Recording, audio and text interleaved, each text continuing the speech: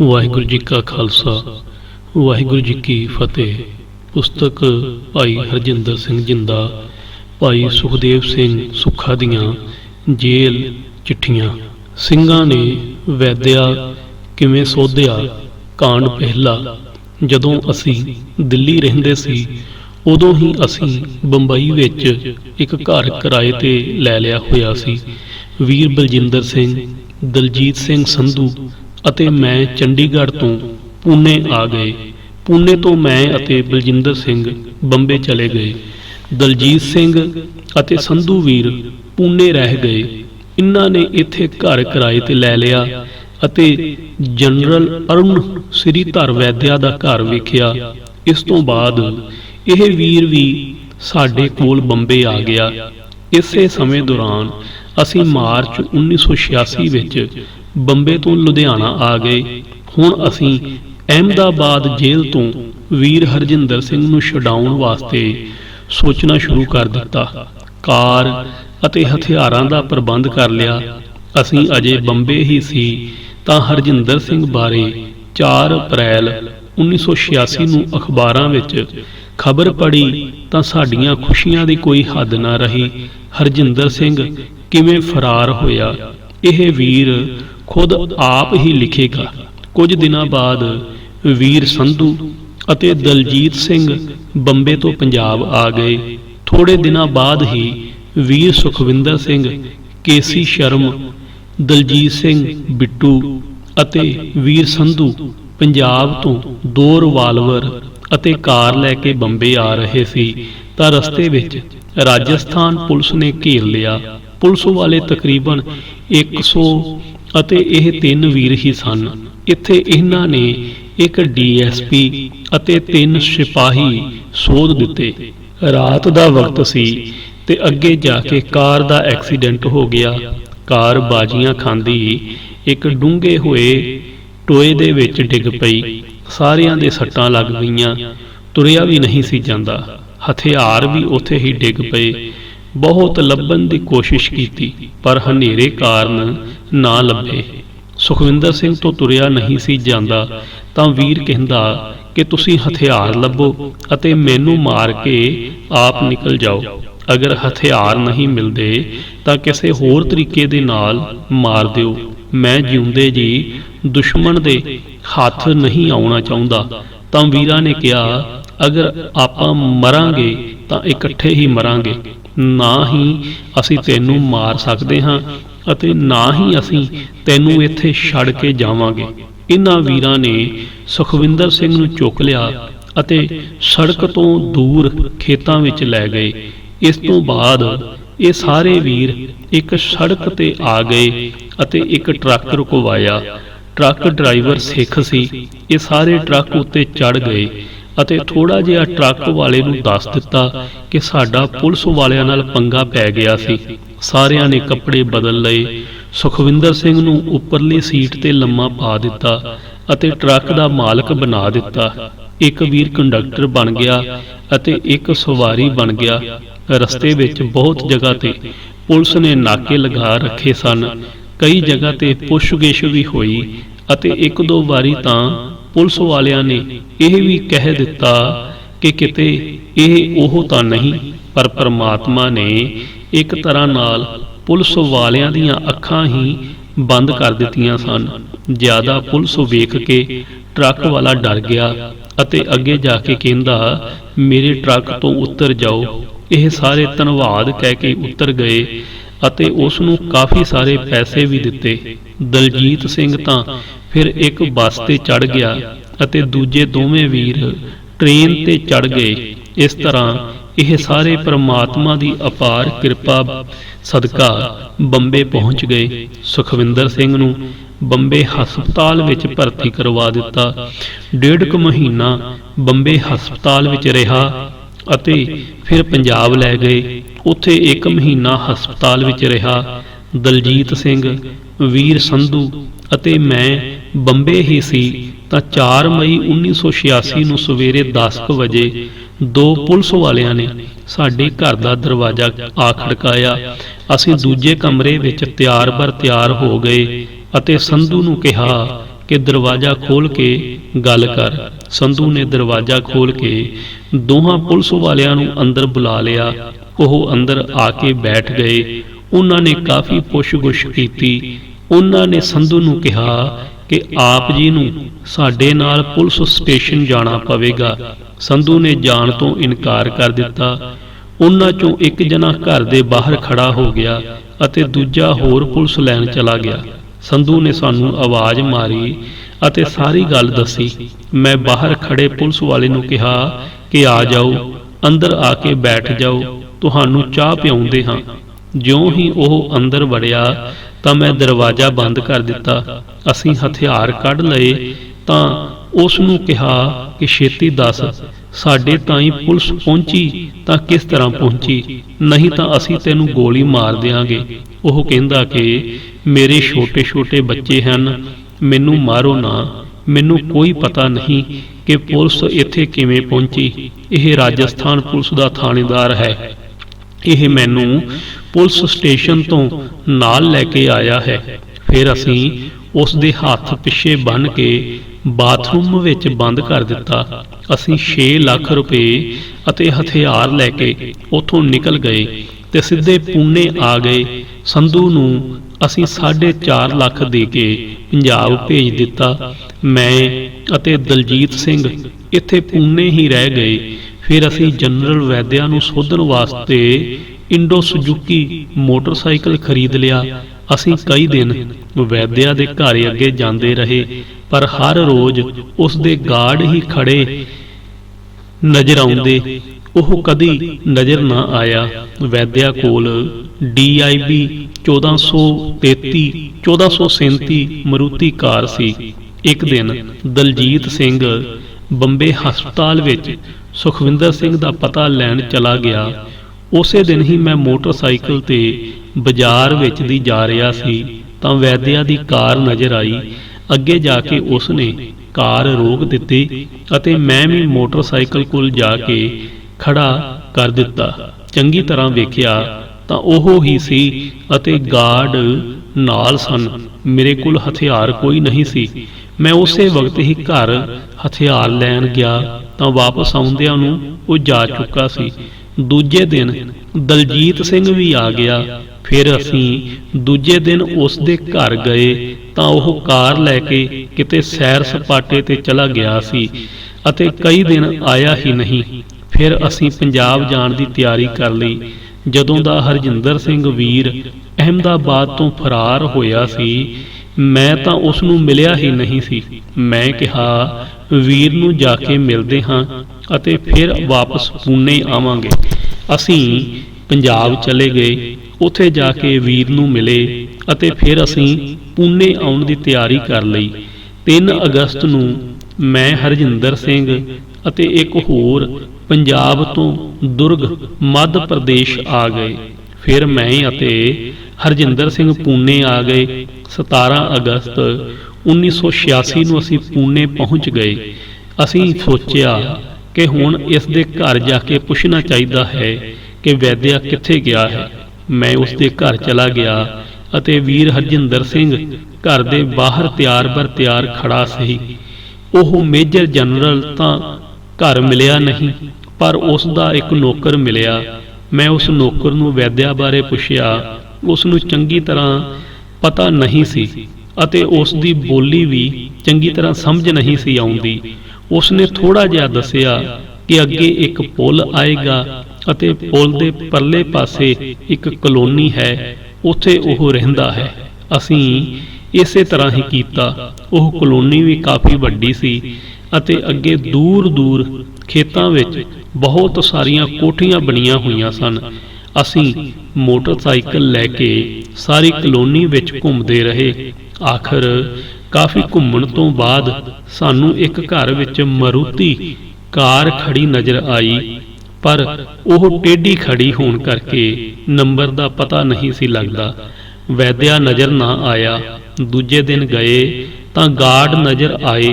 मैं कहा गार्ड तां उही हन। तीजे दिन 19 अगस्त 1986 नूं सवेरे तकरीबन 9:30 बजे उस दे घर अगे पहुँच गए। घर अगे ਕਈ ਚੱਕਰ ਲਗਾਏ ਪਰ ਉਹ ਨਜ਼ਰ ਨਾ ਆਇਆ। ਫਿਰ ਅਸੀਂ ਤਕਰੀਬਨ 11 ਵਜੇ ਉਸ ਦੇ ਘਰ ਅੱਗੇ ਪਹੁੰਚੇ। ਜਦੋਂ ਪਹੁੰਚੇ ਤਾਂ ਉਸ ਦੀ ਪਤਨੀ ਦੇ ਹੱਥ ਵਿੱਚ ਛਤਰੀ ਫੜੀ ਹੋਈ ਸੀ ਅਤੇ ਗਾਰਡ ਨਾਲ ਸਨ। ਅਸੀਂ ਛਤਰੀ ਵੇਖ ਕੇ ਸੋਚਿਆ ਕਿ ਹੁਣ ਇਹ ਘਰੋਂ ਬਾਹਰ ਨਿਕਲਣਗੇ। ਥੋੜੇ ਚਿਰ ਬਾਅਦ ਵੈਦਿਆ ਵੀ ਅੰਦਰੋਂ ਬਾਹਰ ਨਿਕਲਿਆ। ਸਾਰੇ ਕਾਰ ਵਿੱਚ ਬੈਠ ਗਏ। ਕਾਰ ਵੈਦਿਆ ਖੁਦ ਚਲਾ ਰਿਹਾ ਸੀ। ਅਸੀਂ ਵੀ ਮੋਟਰਸਾਈਕਲ ਤੋਰ ਲਿਆ। ਬਾਜ਼ਾਰ ਜਾ ਕੇ ਉਸਨੇ ਕਾਰ ਰੋਕ ਦਿੱਤੀ ਅਤੇ ਇੱਕ ਦੁਕਾਨ ਵਿੱਚ ਜਾ ਕੇ ਖਰੀਦਦਾਰੀ ਕੀਤੀ। ਅਸੀਂ ਵੀ ਮੋਟਰਸਾਈਕਲ ਖੜਾ ਕਰ ਦਿੱਤਾ। ਮੋਟਰਸਾਈਕਲ ਥੋੜਾ ਖਰਾਬ ਸੀ, ਕਿੱਕ ਨਾਲ ਸਟਾਰਟ ਕਰਨਾ ਪੈਂਦਾ ਸੀ। ਉਧਰੋਂ ਪਾਰਕਿੰਗ ਵਾਲਾ ਆ ਗਿਆ। ਉਹ ਕਹਿੰਦਾ ਮੋਟਰਸਾਈਕਲ ਪਾਰਕ ਕਰੋ, ਇਸ ਤਰ੍ਹਾਂ ਖੜਾ ਨਹੀਂ ਕਰਨ ਦੇਵਾਂਗੇ। ਮੈਂ ਥੋੜੇ ਚਿਰ ਬਾਅਦ ਵੈਦਿਆ ਅਤੇ ਉਹ ਸਾਰੇ ਦੁਕਾਨ ਤੋਂ ਬਾਹਰ ਆ ਗਏ। ਉਹਨਾਂ ਨੇ ਕਾਰ ਤੋਰ ਲਈ ਅਤੇ ਅੱਗੇ ਜਾ ਕੇ ਫਿਰ ਸਬਜ਼ੀ ਖਰੀਦੀ ਅਤੇ ਘਰ ਨੂੰ ਚੱਲ ਪਏ। ਫਿਰ ਹਰਜਿੰਦਰ ਸਿੰਘ ਨੇ ਕਿਹਾ ਕਿ ਅੱਜ ਆਪਾਂ ਇਸ ਨੂੰ ਘਰ ਵਾਪਸ ਨਹੀਂ ਜਾਣ ਦੇਣਾ। ਹਰਜਿੰਦਰ ਸਿੰਘ ਮੋਟਰਸਾਈਕਲ ਚਲਾ ਰਿਹਾ ਸੀ। ਹਰਜਿੰਦਰ ਸਿੰਘ ਕਹਿੰਦਾ ਕਰਦਿਆਂ ਫਿਰ ਬਰਾਬਰ। ਮੈਂ ਕਿਹਾ ਕਰਦੇ। ਜਦੋਂ ਮੋਟਰਸਾਈਕਲ ਬਰਾਬਰ ਗਿਆ ਤਾਂ ਗੋਲੀਆਂ ਵੱਜੀਆਂ ਤਾਂ ਉਹਦਾ ਮੂੰਹ ਸਟੀਅਰਿੰਗ ਤੇ ਵੱਜਾ। ਮੂੰਹ ਤੇ ਨੱਕ ਵਿੱਚ ਦੀ ਖੂਨ ਵਹਿ ਤੁਰਿਆ। ਸਾਨੂੰ ਪੂਰੀ ਤਸੱਲੀ ਹੋ ਗਈ ਤਾਂ ਅਸੀਂ ਜੈਕਾਰਾ ਗਜਾ ਦਿੱਤਾ। ਵੈਦਿਆ ਦੀ ਕਾਰ ਇੱਕ ਸਾਈਡ ਤੇ ਜਾ ਵੱਜੀ। ਜਿੱਥੇ ਵੈਦਿਆ ਨੂੰ ਸੋਧਿਆ ਉੱਥੇ ਨਾਲ ਹੀ ਅਗਲੇ ਪਾਸੇ ਪੁਲਿਸ ਸਟੇਸ਼ਨ ਸੀ ਅਤੇ ਨਾਲ ਹੀ ਰਣਜੀਤ ਸਿੰਘ ਦਿਆਲ ਲੈਫਟੀਨੈਂਟ ਜਨਰਲ ਦਾ ਘਰ ਸੀ। ਉੱਥੇ ਵੀ ਕਾਫੀ ਗਾਰਡ ਖੜੇ ਸਨ। ਫਿਰ ਅਸੀਂ ਜਿਹੜਾ ਘਰ ਲਿਆ ਸੀ ਉੱਥੇ ਚਲੇ ਗਏ, ਕੱਪੜੇ ਬਦਲੇ ਅਤੇ ਵੱਖਰੀ ਵੱਖਰੀ ਬੱਸ ਤੇ ਚੜ੍ਹ ਕੇ ਬੰਬੇ ਚਲੇ ਗਏ। ਬੰਬੇ ਤੋਂ ਟ੍ਰੇਨ ਤੇ ਚੜ੍ਹ ਕੇ ਦੁਰਗ ਚਲੇ ਗਏ। ਇੱਕ ਰਾਤ ਦੁਰਗ ਰਹੇ ਅਤੇ ਫਿਰ ਅਸੀਂ ਕਲਕੱਤੇ ਚਲੇ ਗਏ। ਥੋੜੇ ਦਿਨਾਂ ਬਾਅਦ ਹੀ ਮੈਂ ਅਤੇ ਇੱਕ ਹੋਰ ਵੀਰ ਪੂਨੇ ਹਥਿਆਰ ਲੈਣ ਆ ਗਏ। 7 ਸਤੰਬਰ 1986 ਨੂੰ ਸਾਡੇ ਮੋਟਰਸਾਈਕਲ ਦਾ ਟਰੱਕ ਨਾਲ ਐਕਸੀਡੈਂਟ ਹੋ ਗਿਆ। ਅਸੀਂ ਕਾਫੀ ਜ਼ਖਮੀ ਹੋ ਗਏ ਅਤੇ ਉਸੇ ਦਿਨ ਹੀ ਪੂਨੇ ਫੜੇ ਗਏ। 5 ਮਹੀਨੇ ਪੁਲਿਸ ਹਿਰਾਸਤ ਵਿੱਚ ਰੱਖਿਆ ਗਿਆ ਅਤੇ ਭਾਰੀ ਤਸ਼ੱਦਦ ਕੀਤਾ ਗਿਆ। ਜੇਲ੍ਹ ਵਿੱਚ ਵੀ 2.5 ਸਾਲ ਲਗਾਤਾਰ ਡੰਡਾ ਬੇੜੀਆਂ ਲਗਾ ਕੇ ਸੈੱਲ ਵਿੱਚ ਬੰਦ ਰੱਖਿਆ ਗਿਆ। ਸਾਡੇ ਤੋਂ ਤਕਰੀਬਨ 1 ਸਾਲ ਬਾਅਦ ਹਰਜਿੰਦਰ ਸਿੰਘ ਅਤੇ ਸਤਨਾਮ ਸਿੰਘ ਬਾਬਾ ਸ਼ਹੀਦ ਦਿੱਲੀ ਫੜੇ ਗਏ। ਹਰਜਿੰਦਰ ਸਿੰਘ ਦੀਆਂ ਲੱਤਾਂ ਵਿੱਚ ਗੋਲੀਆਂ ਮਾਰ ਕੇ ਦੋਵੇਂ ਲੱਤਾਂ ਤੋੜ ਦਿੱਤੀਆਂ ਗਈਆਂ। ਇੱਕ ਲੱਤ ਕੱਟਣ ਦੀ ਕੋਸ਼ਿਸ਼ ਕੀਤੀ ਗਈ। ਇੱਕ ਬੰਗਾਲੀ ਡਾਕਟਰ ਬਹੁਤ ਚੰਗਾ ਸੀ, ਉਸਨੇ ਇਸ ਤਰ੍ਹਾਂ ਨਹੀਂ ਹੋਣ ਦਿੱਤਾ।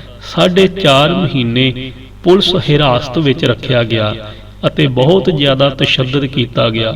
ਉਸ ਤੋਂ ਬਾਅਦ ਹਰਜਿੰਦਰ ਸਿੰਘ ਨੂੰ ਪੂਨੇ ਲੈ ਆਏ ਅਤੇ ਸਤਨਾਮ ਸਿੰਘ ਨੂੰ ਪੁਲਿਸ ਪੰਜਾਬ ਲੈ ਗਈ। ਹਰਜਿੰਦਰ ਸਿੰਘ ਨੂੰ ਪਹਿਲੇ ਦਿਨ ਸਾਡੇ ਸਾਹਮਣੇ ਗੱਡੇ ਵਿੱਚ ਰੱਖਿਆ ਗਿਆ ਅਤੇ ਵੀਰਾਂ ਦੇ ਸੈੱਲ ਦਾ ਰੋਸ਼ਨਦਾਨ ਸਾਡੇ ਵੱਲ ਸੀ। ਅਸੀਂ ਸ਼ਾਮ ਨੂੰ ਅਰਦਾਸ ਕਰਕੇ ਜੈਕਾਰੇ ਗੁਜਾਏ ਤਾਂ ਵੀਰ ਹਰਜਿੰਦਰ ਸਿੰਘ ਨੂੰ ਪਤਾ ਲੱਗ ਗਿਆ ਕਿ ਅਸੀਂ ਲਾਗੇ ਹੀ ਹਾਂ। ਵੀਰ ਨੇ ਵੀ ਜੈਕਾਰਾ ਗਜਾਇਆ ਪਰ ਅਸੀਂ ਵੀਰ ਦੀ ਆਵਾਜ਼ ਨਾ ਪਛਾਣ ਸਕੇ। ਫਿਰ ਵੀਰ ਨੇ ਮੈਨੂੰ ਆਵਾਜ਼ ਮਾਰੀ ਤਾਂ ਮੈਂ ਕਿਹਾ ਕਿਵੇਂ ਭਾਈਆ? ਵੀਰ ਕਹਿੰਦਾ ਕਿਹੜਾ ਭਾਈਆ? ਮੈਨੂੰ ਪਛਾਣਿਆ ਨਹੀਂ। ਫਿਰ ਮੈਨੂੰ ਪਤਾ ਲੱਗਾ ਸਾਡੇ ਸਾਹਮਣੇ ਵਾਲੇ ਗੱਡੇ ਵਿੱਚ ਪਹਿਲਾਂ ਹੋਰ ਕੈਦੀ ਰਹਿੰਦੇ ਸਨ ਅਤੇ ਉਹਨਾਂ ਵਿੱਚ ਭਾਈਆ ਨਾਮ ਦਾ ਇੱਕ ਪੰਜਾਬੀ ਹਿੰਦੂ ਸੀ। ਉਹ ਕਦੇ-ਕਦੇ ਸਾਡੇ ਨਾਲ ਗੱਲਬਾਤ ਕਰਦਾ ਹੁੰਦਾ ਸੀ। ਮੈਂ ਸੋਚਿਆ ਸ਼ਾਇਦ ਉਸਨੇ ਹੀ ਜੈਕਾਰਾ ਗਜਾਇਆ ਹੈ।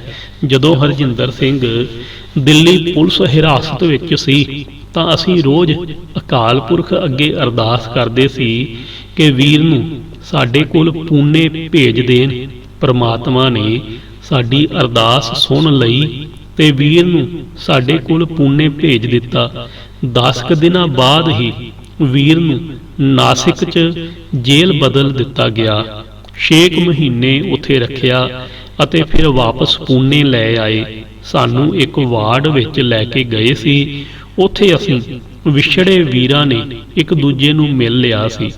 ਵੈਦਿਆ ਕੇਸ ਦੀ ਸੁਣਵਾਈ ਤੋਂ ਸ਼ੁਰੂ ਹੋਈ ਤਾਂ ਅਸੀਂ ਕੋਰਟ ਵਿੱਚ ਲਿਖ ਕੇ ਦੇ ਦਿੱਤਾ ਕਿ ਵੈਦਿਆ ਨੂੰ ਅਸੀਂ ਸੋਧਿਆ ਹੈ। ਜਦੋਂ ਸ਼੍ਰੀ ਦਰਬਾਰ ਸਾਹਿਬ ਜੀ ਉੱਤੇ ਹਮਲਾ ਕੀਤਾ ਗਿਆ ਤਾਂ ਇਹ ਆਰਮੀ ਦਾ ਚੀਫ ਸੀ। ਇਸ ਦੇ ਹੁਕਮ ਅਨੁਸਾਰ ਹੀ ਸ਼੍ਰੀ ਅਕਾਲ ਤਖਤ ਸਾਹਿਬ ਨੂੰ ਤੋਪਾਂ ਨਾਲ ਢਾਇਆ ਗਿਆ ਅਤੇ ਹੋਰ ਗੁਰਦੁਆਰਾ ਸਾਹਿਬ ਉੱਤੇ ਹਮਲੇ ਕੀਤੇ ਗਏ। ਬੀਬੀਆਂ, ਬੱਚਿਆਂ ਅਤੇ ਬਜ਼ੁਰਗਾਂ ਨੂੰ ਸ਼ਹੀਦ ਕੀਤਾ ਗਿਆ। ਸਾਰੀ ਸਿੱਖ ਕੌਮ ਉੱਤੇ ਜ਼ੁਲਮ ਢਾਇਆ ਗਿਆ। ਜ਼ਾਲਮਾਂ ਨੂੰ ਸੋਧਣਾ ਅਸੀਂ ਆਪਣਾ ਧਰਮ ਸਮਝਦੇ ਹਾਂ ਅਤੇ ਸਾਡੀ ਲੜਾਈ ਖਾਲਿਸਤਾਨ ਵਾਸਤੇ ਹੈ। ਅਸੀਂ ਖਾਲਿਸਤਾਨ ਲਈ ਹਰ ਤਰ੍ਹਾਂ ਤਿਆਰ ਹਾਂ। ਕਈ ਮਹੀਨੇ ਕੇਸ ਚੱਲਦਾ ਰਿਹਾ। ਥੋੜੇ ਦਿਨਾਂ ਬਾਅਦ ਜੱਜ ਨੇ ਵਕੀਲ ਨੂੰ ਭੇਜਿਆ ਕਿ ਉਹਨਾਂ ਨੂੰ ਕਹਿ ਦੇ ਕਿ ਫੈਸਲੇ ਵਾਲੇ ਦਿਨ ਕੋਰਟ ਵਿੱਚ ਖਾਲਿਸਤਾਨ ਜਿੰਦਾਬਾਦ ਦੇ ਨਾਅਰੇ ਨਾ ਲਾਉਣ ਅਤੇ ਹੋਰ ਵੀ ਕੋਈ ਖਾਲਿਸਤਾਨ ਦੀ ਗੱਲ ਨਾ ਕਰਨ ਤਾਂ ਮੈਂ ਫਾਂਸੀ ਦੀ ਸਜ਼ਾ ਨਹੀਂ ਸੁਣਾਵਾਂਗਾ। ਅਸੀਂ ਵਕੀਲ ਨੂੰ ਕਿਹਾ ਕਿ ਅਸੀਂ ਫਾਂਸੀ ਤੋਂ ਡਰਦੇ ਝੁਕਾਂਗੇ ਨਹੀਂ। ਜੋ ਸਾਡੇ ਦਿਲ ਵਿੱਚ ਹੈ ਉਹ ਅਸੀਂ ਕਹਿਣਾ ਹੀ ਹੈ। 21/10/1999 ਨੂੰ ਸਾਨੂੰ ਤਕਰੀਬਨ 11 ਵਜੇ ਕੋਰਟ ਵਿੱਚ ਲਿਜਾਇਆ ਗਿਆ। ਸਾਡੇ ਵਾਸਤੇ ਜੇਲ੍ਹ ਦੇ ਸਾਹਮਣੇ ਹੀ ਸਪੈਸ਼ਲ ਕੋਰਟ ਬਣਾਈ ਗਈ ਸੀ। ਚਾਰੇ ਪਾਸਿਓਂ ਪੁਲਿਸ ਨੇ ਮਸ਼ੀਨ ਗੰਨਾਂ ਫਿੱਟ ਕਰਕੇ ਘੇਰਿਆ ਹੋਇਆ ਸੀ। ਜਦੋਂ ਸਾਨੂੰ ਕੋਰਟ ਦੇ ਸਾਹਮਣੇ ਬੰਦ ਗੱਡੀ ਵਿੱਚੋਂ ਉਤਾਰਿਆ ਗਿਆ ਤਾਂ ਪੁਲਿਸ ਵਾਲਿਆਂ ਨੇ ਕਿਹਾ ਕਿ ਜੱਜ ਦਾ ਹੁਕਮ ਹੈ, ਜੁੱਤੀਆਂ ਬਾਹਰ ਹੀ ਉਤਾਰ ਜਾਓ। ਅਸੀਂ ਕਿਹਾ ਜੁੱਤੀਆਂ ਤਾਂ ਅਸੀਂ ਉਤਾਰਨੀਆਂ ਨਹੀਂ। ਅਸੀਂ ਜੱਜ ਦੇ ਚਪੜਾਸੀ ਨੂੰ ਬੁਲਾ ਕੇ ਕਿਹਾ ਕਿ ਜੱਜ ਨੂੰ ਜਾ ਕੇ ਕਹਿ ਦੇ ਕਿ ਸਜ਼ਾ ਜੋ ਮਰਜ਼ੀ ਸੁਣਾਵੇ, ਇਹ ਦਿਲ ਵਿੱਚੋਂ ਹੀ ਕੱਢ ਦੇਵੇ ਕਿ ਅਸੀਂ ਉਸ ਦੇ ਜੁੱਤੀ ਲਾ ਕੇ ਮਾਰਾਂਗੇ। ਇਸ ਤਰ੍ਹਾਂ ਦੀ ਨੀਚ ਹਰਕਤ ਅਸੀਂ ਕਦੀ ਨਹੀਂ ਕਰ ਸਕਦੇ। ਫਿਰ ਜੱਜ ਨੇ ਸਾਨੂੰ ਅੰਦਰ ਬੁਲਾ ਲਿਆ। ਫਿਰ ਕੋਰਟ ਵਿੱਚ ਸਾਨੂੰ ਵਕੀਲ ਨੇ ਕਿਹਾ ਕਿ ਤੁਸੀਂ ਕੋਰਟ ਵਿੱਚ ਕੁਝ ਨਾ ਕਹੋ, ਪਰ ਅਸੀਂ ਉਸ ਦੀ ਗੱਲ ਮੰਨਣ ਤੋਂ ਇਨਕਾਰ ਕਰ ਦਿੱਤਾ। ਫਿਰ ਸਾਨੂੰ ਜੱਜ ਨੇ ਆਪਣੇ ਕੋਲ ਬੁਲਾਇਆ ਅਤੇ ਕਿਹਾ ਕਿ ਤੁਹਾਨੂੰ ਜਨਰਲ ਅਰੁਣ ਸ਼੍ਰੀਧਰ ਵੈਦਿਆ ਦੇ ਕਤਲ ਕੇਸ ਵਿੱਚ ਦੋਸ਼ੀ ਪਾਇਆ ਗਿਆ ਹੈ ਅਤੇ ਕਾਨੂੰਨ ਦੀਆਂ ਕਈ ਧਾਰਾਵਾਂ ਪੜ੍ਹ ਕੇ ਸੁਣਾ ਦਿੱਤੀਆਂ। ਫਿਰ ਕਿਹਾ ਕਿ ਤੁਸੀਂ ਸਜ਼ਾ ਬਾਰੇ ਕੁਝ ਕਹਿਣਾ ਚਾਹੁੰਦੇ ਹੋ। ਅਸੀਂ ਕਿਹਾ ਕਿ ਹਾਂ, ਸਾਡੀ ਲੜਾਈ ਜ਼ੁਲਮ ਦੇ ਖਿਲਾਫ ਹੈ। ਖਾਲਿਸਤਾਨ ਵਾਸਤੇ ਇੱਕ ਤਾਂ ਕਿ ਇਹੋ ਜਿਹੀਆਂ ਲੱਖਾਂ ਜਿੰਦੜੀਆਂ ਵਾਰ ਦਈਏ। ਸਿੱਖ ਮੌਤ ਤੋਂ ਨਹੀਂ ਡਰਦੇ। ਖਾਲਿਸਤਾਨ ਲਈ ਅਸੀਂ ਖੂਨ ਦਾ ਇੱਕ ਇੱਕ ਕਤਰਾ ਵਹਾ ਦਿਆਂਗੇ। ਸਾਨੂੰ ਸਜ਼ਾ ਦੀ ਕੋਈ ਪਰਵਾਹ ਨਹੀਂ। ਸਜ਼ਾ ਤੁਸੀਂ ਕੋਈ ਵੀ ਸੁਣਾ ਸਕਦੇ ਹੋ। ਫਿਰ ਅਸੀਂ ਜੈਕਾਰੇ ਗੁਜਾਏ, ਖਾਲਿਸਤਾਨ ਜਿੰਦਾਬਾਦ ਅਤੇ ਸੰਤ ਜਰਨੈਲ ਸਿੰਘ ਜੀ ਖਾਲਸਾ ਪਿੰਡਰਾਂ ਵਾਲੇ ਜਿੰਦਾਬਾਦ ਦੇ ਨਾਅਰੇ ਲਗਾਏ। ਇਸ ਤੋਂ ਬਾਅਦ ਜੱਜ ਉੱਠ ਕੇ ਆਪਣੇ ਚੈਂਬਰ ਵਿੱਚ ਚਲਾ ਗਿਆ। ਇਸ ਤੋਂ ਬਾਅਦ ਅੱਜ ਤਕਰੀਬਨ 2:15 ਵਜੇ ਆਇਆ ਅਤੇ ਸਾਨੂੰ ਫਾਂਸੀ ਦਾ ਇਨਾਮ ਦੇ ਦਿੱਤਾ। ਫਾਂਸੀ ਦਾ ਇਨਾਮ ਮਿਲਣ ਤੋਂ ਬਾਅਦ ਸਾਡਾ ਮਨ ਤਨ ਖਿੜ ਉੱਠਿਆ। ਅਸੀਂ ਕਿਹਾ ਕਿ ਜੱਜ ਸਾਹਿਬ, ਅੱਜ ਸਾਡੇ ਵਾਸਤੇ ਬਹੁਤ ਖੁਸ਼ੀਆਂ ਭਰਿਆ ਦਿਨ ਹੈ। ਇਸ ਖੁਸ਼ੀ ਵਿੱਚ ਅਸੀਂ ਆਪ ਸਭ ਨੂੰ ਪਾਰਟੀ ਦੇਣਾ ਚਾਹੁੰਦੇ ਹਾਂ। ਕਿੰਨਾ ਚਿਰ ਜੱਜ ਦੇ ਮੂੰਹ ਵਿੱਚੋਂ ਕੋਈ ਗੱਲ ਨਾ ਨਿਕਲੀ ਅਤੇ ਫਿਰ ਕਹਿੰਦਾ, ਅਗਰ ਪੁਲਿਸ ਨੂੰ ਕੋਈ ਇਤਰਾਜ਼ ਨਾ ਹੋਵੇ ਤਾਂ ਮੈਨੂੰ ਕੋਈ ਇਤਰਾਜ਼ ਨਹੀਂ। ਜਦੋਂ ਜੱਜ ਫੈਸਲਾ ਸੁਣਾ ਰਿਹਾ ਸੀ ਤਾਂ ਉਸ ਦੀ ਆਵਾਜ਼ ਲੜਖੜਾ ਰਹੀ ਸੀ ਅਤੇ ਕਲਮ ਕੰਬ ਰਹੀ ਸੀ। ਕੋਰਟ ਖਚਾ ਖਚ ਭਰਿਆ ਹੋਇਆ ਸੀ। ਟੀਵੀ, ਰੇਡੀਓ ਅਤੇ ਅਖਬਾਰਾਂ ਵਾਲੇ ਵੀ ਉੱਥੇ ਸਨ। ਅਸੀਂ ਜੱਜ ਨੂੰ ਕਿਹਾ ਕਿ ਅਸੀਂ ਇਹਨਾਂ ਨੂੰ ਮਿਲਣਾ ਚਾਹੁੰਦੇ ਹਾਂ ਤਾਂ ਜੱਜ ਕਹਿੰਦਾ, ਪਲੀਜ਼ ਅੱਜ ਰਹਿਣ ਦਿਓ, ਫਿਰ ਕਦੀ ਮਿਲ ਲੈਣਾ। ਜੱਜ ਉੱਠ ਕੇ ਚੈਂਬਰ ਵਿੱਚ ਚਲਾ ਗਿਆ। ਸਾਨੂੰ ਡੰਡਾ ਬੇੜੀਆਂ ਹੱਥ ਘੜੀਆਂ ਅਤੇ ਰੱਸਿਆਂ ਨਾਲ ਬੰਨ੍ਹ ਕੇ ਵਾਪਸ ਜੇਲ੍ਹ ਵਿੱਚ ਲੈ ਗਏ। ਅਸੀਂ ਜੇਲ੍ਹ ਵਿੱਚ ਆ ਕੇ ਬਰਫੀ ਵੰਡੀ, ਪਰ ਜਦੋਂ ਜੇਲ੍ਹ ਵਾਲਿਆਂ ਨੂੰ ਪਤਾ ਲੱਗਾ ਕਿ ਇਹਨਾਂ ਨੂੰ ਫਾਂਸੀ ਹੋਈ ਹੈ ਤਾਂ ਬਰਫੀ ਉਹਨਾਂ ਦੇ ਹੱਥਾਂ ਵਿੱਚ ਹੀ ਫੜੀ ਰਹਿ ਗਈ। ਵੀਰ ਹਰਜਿੰਦਰ ਸਿੰਘ ਦੇ ਮਾਤਾ ਜੀ, ਵੀਰ ਭੁਪਿੰਦਰ ਸਿੰਘ ਅਤੇ ਹੋਰ ਰਿਸ਼ਤੇਦਾਰ ਇੱਥੇ ਹੀ ਸਨ। ਦੂਜੇ ਦਿਨ ਇਹ ਸਾਰੇ ਸਾਡੀ ਮੁਲਾਕਾਤ ਕਰਨ ਜੇਲ੍ਹ ਵਿੱਚ ਆਏ। ਮਾਤਾ ਜੀ ਹੋਰਾਂ ਨੂੰ ਗੁਰਦੁਆਰਾ ਸਾਹਿਬ ਜਾ ਕੇ ਅਖਬਾਰ ਵਾਲਿਆਂ ਨੇ ਦੱਸਿਆ ਕਿ ਆਪ ਜੀ ਦੇ ਪੁੱਤਰ ਨੂੰ ਫਾਂਸੀ ਹੋ ਗਈ ਹੈ, ਤਾਂ ਮਾਤਾ ਜੀ ਨੇ ਉਸੇ ਵੇਲੇ ਕਿਹਾ ਕਿ ਮੇਰੇ ਪੁੱਤਰਾਂ ਨੇ ਸ਼ੇਰਾਂ ਵਾਲਾ ਕੰਮ ਕੀਤਾ ਹੈ। ਮੇਰੇ ਪੁੱਤਰ ਸ਼ੇਰ ਹਨ। ਸਾਨੂੰ ਖੁਸ਼ੀ ਹੈ ਕਿ ਸਾਡੇ ਪੁੱਤਰ ਕੌਮ ਲਈ ਫਾਂਸੀ ਚੜ੍ਹ ਰਹੇ ਹਨ। ਇਹ ਅਗਲੇ ਦਿਨ ਅਖਬਾਰਾਂ ਵਿੱਚ ਵੀ ਆਇਆ ਤਾਂ ਜੇਲ੍ਹ ਵਾਲਿਆਂ ਨੇ ਅਖਬਾਰ ਪੜ੍ਹ ਕੇ ਕਿਹਾ ਕਿ ਤੁਹਾਡੀ ਮਾਤਾ ਜੀ ਬਹੁਤ ਦਲੇਰ ਹਨ। ਅਸੀਂ ਅੱਜ ਤੱਕ ਇਸ ਤਰ੍ਹਾਂ ਦੇ ਮਾਤਾ ਜੀ ਨਹੀਂ ਵੇਖੇ। ਦੂਜੇ ਦਿਨ ਮਾਤਾ ਜੀ ਅਤੇ ਹੋਰ ਸਾਰੇ ਮੁਲਾਕਾਤ ਉੱਤੇ ਹਾਰ ਅਤੇ ਬਰਫੀ ਲੈ ਕੇ ਆਏ। ਆਉਂਦਿਆਂ ਹੀ ਮਾਤਾ ਜੀ ਨੇ ਜੈਕਾਰਾ ਗੁਜਾਇਆ ਅਤੇ ਸਾਰੇ ਹੀ ਬਹੁਤ ਖੁਸ਼ ਨਜ਼ਰ ਆ ਰਹੇ ਸਨ। ਤੀਜੇ ਦਿਨ ਹੀ ਸਾਨੂੰ ਫਿਰ ਹੋਰ ਕੇਸ ਲਈ ਕੋਰਟ ਵਿੱਚ ਲੈ ਕੇ ਗਏ ਤਾਂ ਵਕੀਲਾਂ ਨੇ ਕਿਹਾ ਕਿ ਫੈਸਲੇ ਵਾਲੀ ਰਾਤ ਸਾਨੂੰ ਜੱਜ ਨੇ ਕਈ ਵਾਰ ਫੋਨ ਕੀਤਾ ਕਿ ਮੈਨੂੰ ਨੀਂਦ ਨਹੀਂ ਆ ਰਹੀ। ਮੈਂ ਫਾਂਸੀ ਨਹੀਂ ਸੀ ਦੇਣਾ ਚਾਹੁੰਦਾ, ਪਰ ਮੈਂ ਮਜਬੂਰ ਸੀ। ਮੈਂ ਅੱਜ ਤੱਕ ਕਿਸੇ ਨੂੰ ਵੀ ਫਾਂਸੀ ਨਹੀਂ ਦਿੱਤੀ। ਫਾਂਸੀ ਦਾ ਇਨਾਮ ਮਿਲਣ ਤੋਂ ਬਾਅਦ ਜੇਲ੍ਹ ਸੁਪਰਡੈਂਟ ਨੇ ਸਾਨੂੰ ਬਹੁਤ ਵਾਰ ਕਿਹਾ ਕਿ ਤੁਸੀਂ ਸੁਪਰੀਮ ਕੋਰਟ ਅਪੀਲ ਕਰੋ। ਅਸੀਂ ਕਿਹਾ ਇਸ ਤਰ੍ਹਾਂ ਕਦੀ ਨਹੀਂ ਹੋ ਸਕਦਾ ਅਤੇ ਵਾਰ-ਵਾਰ ਤੁਸੀਂ ਸਾਨੂੰ ਨਾ ਕਿਹਾ ਕਰੋ। ਸਿੱਖ ਕਦੀ ਭੀਖ ਨਹੀਂ ਮੰਗਦੇ, ਤੁਸੀਂ ਇਸ ਤਰ੍ਹਾਂ ਕਿਉਂ ਕਹਿੰਦੇ ਹੋ? ਉਹ ਕਹਿੰਦੇ ਕਾਨੂੰਨੀ ਤੌਰ ਉੱਤੇ ਅਤੇ ਇਨਸਾਨੀਅਤ ਦੇ ਨਾਤੇ ਅਸੀਂ ਇਸ ਤਰ੍ਹਾਂ ਕਹਿਣਾ ਆਪਣਾ ਫਰਜ਼ ਸਮਝਦੇ ਹਾਂ। ਥੋੜੇ ਦਿਨਾਂ ਬਾਅਦ ਹੀ ਗੰਗਾ ਨਗਰ ਤੋਂ ਮਾਤਾ ਜੀ, ਪਿਤਾ ਜੀ ਅਤੇ ਹੋਰ ਪਰਿਵਾਰ ਮੁਲਾਕਾਤ ਉੱਤੇ ਆਇਆ। ਮਾਤਾ ਜੀ ਨੇ ਆਉਂਦਿਆਂ ਹੀ ਜੈਕਾਰਾ ਗਜਾਇਆ ਅਤੇ ਕਹਿੰਦੇ ਕਿ ਪੁੱਤਰੋ, ਸਾਨੂੰ ਕੋਈ ਪਰਵਾਹ ਨਹੀਂ। ਮਾਤਾ ਜੀ ਨੇ ਦੱਸਿਆ ਕਿ ਸਾਨੂੰ ਕਈ ਲੋਕਾਂ ਨੇ ਕਿਹਾ ਕਿ ਜਾ ਕੇ ਸੁਪਰੀਮ ਕੋਰਟ ਵਿੱਚ ਅਪੀਲ ਕਰੋ, ਪਰ ਅਸੀਂ ਇਹ ਜਵਾਬ ਦੇ ਦਿੱਤਾ ਕਿ ਇਸ ਤਰ੍ਹਾਂ ਅਸੀਂ ਕਦੀ ਨਹੀਂ ਕਰਾਂਗੇ, ਕਿਉਂਕਿ ਸਾਡੇ ਪੁੱਤਰ ਕੌਮ ਲਈ ਫਾਂਸੀ ਚੜ੍ਹ ਰਹੇ ਹਨ। ਸ਼ਹੀਦ ਭਾਈ ਸੁਖਦੇਵ ਸਿੰਘ ਸੁੱਖਾ ਦੇ ਇੱਕ ਖੱਤ ਵਿੱਚੋਂ ਆਵਾਜ਼ ਭਾਈ ਸੰਦੀਪ ਸਿੰਘ ਖਾਲੜਾ। ਵਾਹਿਗੁਰੂ ਜੀ ਕਾ ਖਾਲਸਾ, ਵਾਹਿਗੁਰੂ ਜੀ ਕੀ ਫਤਿਹ।